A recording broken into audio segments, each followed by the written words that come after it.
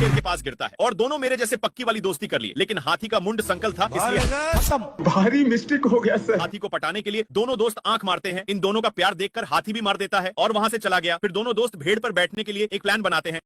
अरे कौन भौंक रहा है ये बदतमीज?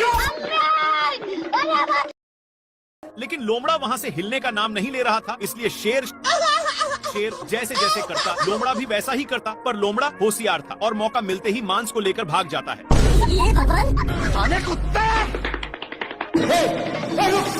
इन लोग मांस के लिए अपने में छीना छीनी करने लगे, लेकिन आगे खाई था, जिसकी वजह से दोनों एक टेहूनी पर टंग गए। पर अभी भी दोनों मांस के टुकड़े को बहुत जोर से पकड़े थे। मांस बहुत स्पीड से भाग रहा था, इसलिए मांस का टुकड़ा एक पेड़ के ऊपर फंस गया और शेर जल्दी से आकर जैसे ही ऊपर छाड़ता है,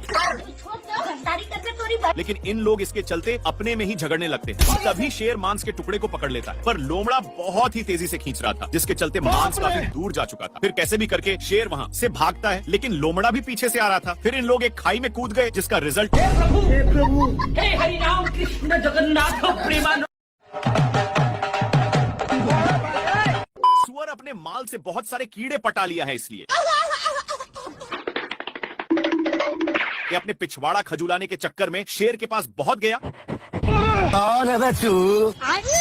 भारी मिस्टेक हो गया सर। शेर को भी बहुत खुजूली होने लगता है, जिससे साला मुझे चूना लगा रहा था।